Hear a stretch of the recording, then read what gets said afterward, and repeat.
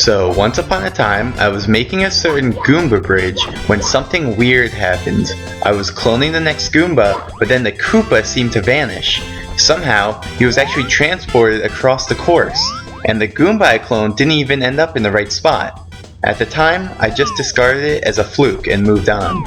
Later, when I was investigating the mystery Goomba, I encountered the same glitch after I had cloned one of the regular Goombas. And it was around this time that I realized that this glitch might actually come in handy for the A button challenge. And so, I figured out how to recreate it, I played around with it, I studied it, and mastered it. And then I used it to help save A presses in Bowser in the Sky and Bowser in the Fire Sea. Of course, in hindsight, performing the glitch before actually explaining it in a video might not have been the best idea, since you guys wouldn't actually understand what I was doing or why. So, let me fix all that by explaining exactly how it works. Now, to understand how to do this glitch, we first need to understand how certain enemies interact, specifically which enemies are able to push each other around. There are 3 enemies that can do this: Goombas, Koopas, and Spinies.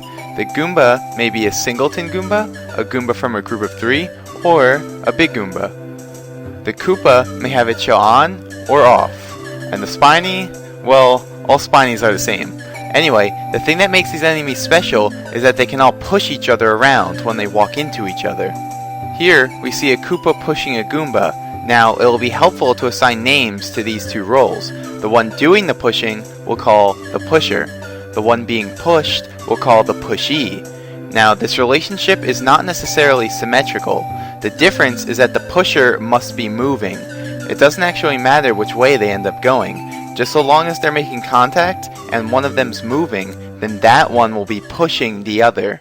For example, if a Goomba walks into a Koopa that's moving, then they're both pushing each other. They're making contact and both moving, so they're both pushers and pushees. But if a Goomba's walking into a Koopa that's standing still, then only the Goomba's pushing. In this case, it wouldn't be symmetrical. Now, what does this have to do with the glitch? Well, the glitch happens when you release the clone of a pushee, aka release the clone of someone being pushed.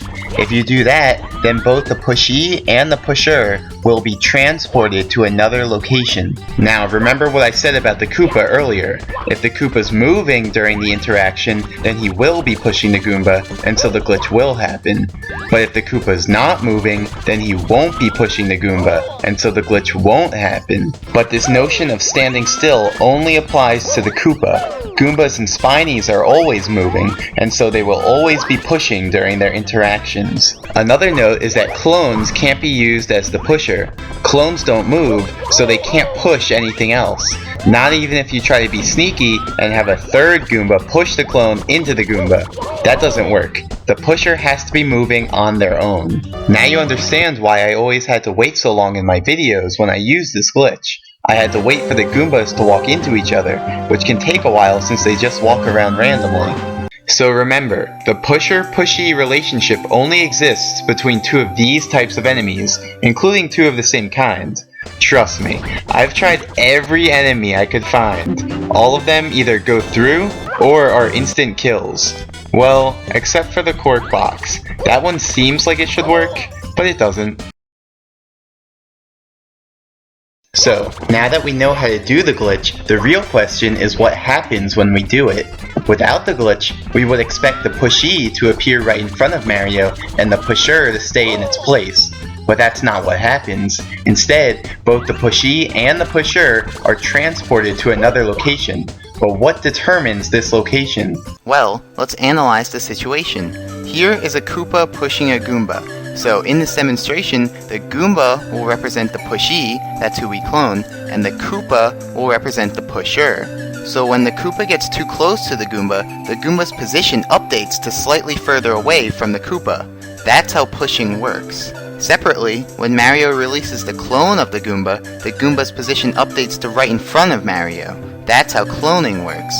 But the thing is, the Goomba can't update to both of these positions at once. So what does it do? It takes the average of these 2 positions, and that's where the Goomba's new position is. For some reason, the pusher also gets transported to around this spot, and hence why I named it transport cloning. This type of cloning transports another enemy with it. My guess for why this happens is that when the Koopa pushed the Goomba was pushed back too, and given a new position slightly further away from the Goomba. Of course, once the Goomba moved, being slightly away from it meant being transported across the course along with it. But anyway, all of this was for the specific case of when Mario is at the same height as the pusher and pushee. Here is the more general case, when Mario is at an arbitrary height. Like before, the Goomba's position is affected by both the pushing and the cloning, and so it ends up taking the average of these two spots laterally. But what height does it end up at? Well, the pushee ends up at the same height as Mario, whereas the pusher retains its original height. So, they'll end up at two different heights, but about the same position laterally. And then finally, what happens when you do it while holding your hat in your hand? Well, it's basically the same thing as we just saw, but instead of using Mario, we use the Hulk, since that's where the clone would appear at. Like before, we take the average of the two spots, the pushee appears at the same height as the Hulk, and the pusher stays at the same height as it already was. That explains what happened in the beginning example. The Hulk was at the Goomba bridge, so the Goomba and Koopa ended up exactly midway between the Goomba bridge and their current position. Of course, the Goomba ended up at the height of the Hulk, which was high in the air, whereas the Koopa maintained its original height at ground level.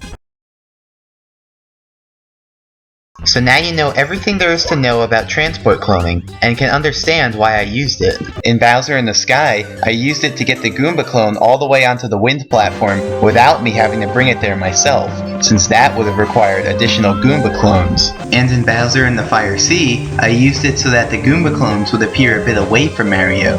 That way they wouldn't hurt Mario instantly and lose their hitboxes, thereby becoming useless since I wouldn't be able to bounce on them.